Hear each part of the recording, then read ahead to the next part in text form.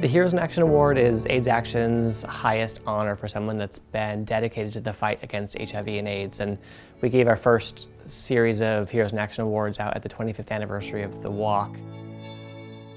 And since then we've given an annual award out to someone that's really represented the kinds of advocacy and activism that we still really very much need in the fight against HIV. Dr. Walker exemplifies the Heroes in Action Award, not only because of the amazing research he's doing to find a cure for AIDS and his global work on HIV in South Africa and other places. He's one of the most genuine, authentic, passionate people I know doing HIV work today, and we're just so incredibly lucky to have him in our backyard here. I am incredibly honored to be given this award, the Heroes in Action Award. I don't feel like I'm a hero. I feel like I'm doing what all of us should be doing, which is trying to do something about this epidemic. I started working in the laboratory trying to understand how it was that HIV ended up being such a devastating disease, and whether or not there wasn't some way in which the body was trying to fight back against the virus. A really pivotal moment for me was being introduced to a patient who was clearly infected with HIV, but was doing to HIV what most of us are doing to things like chickenpox and the virus that causes mono. We've been trying to understand how the body fights back by looking at outliers, people that do worse or better than might be expected. To do those studies, we collaborated with people in South Africa. Bruce Walker offered me an awesome opportunity to work in South Africa, and we were working on increasing access to treatment at a hospital in Durban, McCord Hospital. And he was just so involved in all of these different things that had nothing to do with immunology. And I think that that's a rare skill, a rare talent in an individual to be able to sort of expand beyond their discipline and actually think about a lot of the other issues related to whatever it is that they're studying. When we arrived in South Africa on that very first trip, I was really completely unprepared for what we found there.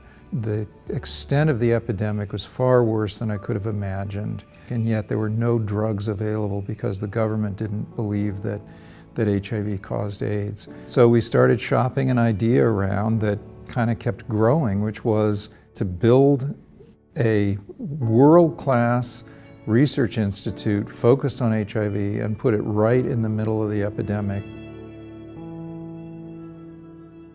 I think one example of how he's able to look outside of his discipline is that he led this effort to produce a CD of a choir of people living with HIV, the Seneca Temba Choir. And I can still remember him going through the process of, working with the choir to produce this CD to raise money for them to access treatment, because at the time treatment wasn't available. We went into a small room at this mission hospital in which there were probably 25 or 30 HIV-infected individuals. They all of a sudden broke out into a Zulu a cappella song.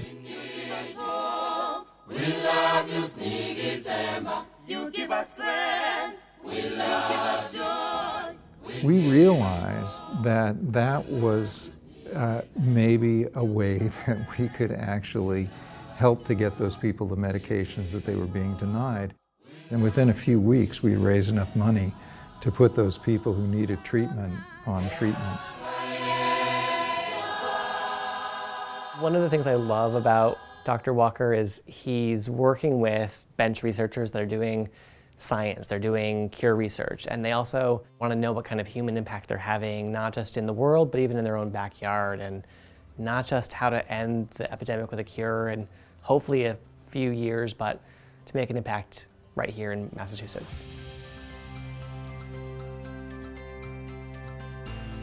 I'm part of a group of people at the Reagan Institute who feel very strongly about doing something about the epidemic. And that's why I think there's an immediate gratification in being involved in the AIDS Walk, because you know what you're doing that day is going to have an immediate impact on patients' lives. We've had over 500 people involved in the AIDS Walk over that amount of time, and we've raised over $225,000. There's no doubt I'll be particularly excited about going to the AIDS Walk this year, but award or no award, you can count on me being at the AIDS Walk every year. I think we have to continue to try and make a difference every day in as many ways as we can. Come to the walk, all walks of life, come on.